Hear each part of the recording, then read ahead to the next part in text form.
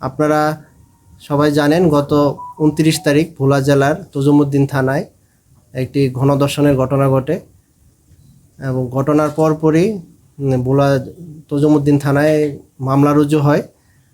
ঘটনার পরপরই আমাদের ভোলা জেলা পুলিশ সুপার স্যারের নির্দেশে ভোলা জেলা পুলিশের একাধিক টিম আসামিদের গ্রেপ্তার করার জন্য ব্যাপক অভিযান পরিচালনা করে এবং এরই ধারাবাহিকতায় অদ্য রাত 1:30 দিকে এই ঘটনার সাথে জড়িত এজাহার নামীয় দুই নম্বর আসামি মোহাম্মদ ফরিদ উদ্দিনকে ভোলা জেলার বুরহানুদ্দিন থানা এলাকা থেকে গ্রেপ্তার করা হয় এবং টানা সপ্তমবারের মতো বেস্ট টিস্যু পেপার ব্র্যান্ড হিসেবে স্বীকৃতি পেয়েছে বসুন্ধরা টিস্যু।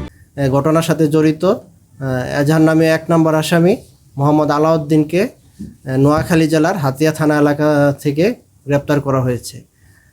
ইতিপূর্বে এই ঘটনার সাথে জড়িত আরও 2 জন আসামি ঝর্ণা বেগম এবং মানিক মিয়াকেও গ্রেপ্তার করা হয়েছে। তো এই নিয়ে সব মিলে এই ঘটনার সাথে জড়িত ইতিমধ্যে 4 জন আসামিকে গ্রেপ্তার করা হয়েছে এবং বাকি আসামিদেরকে গ্রেপ্তার করার জন্য আমাদের প্রচেষ্টা অব্যাহত রয়েছে।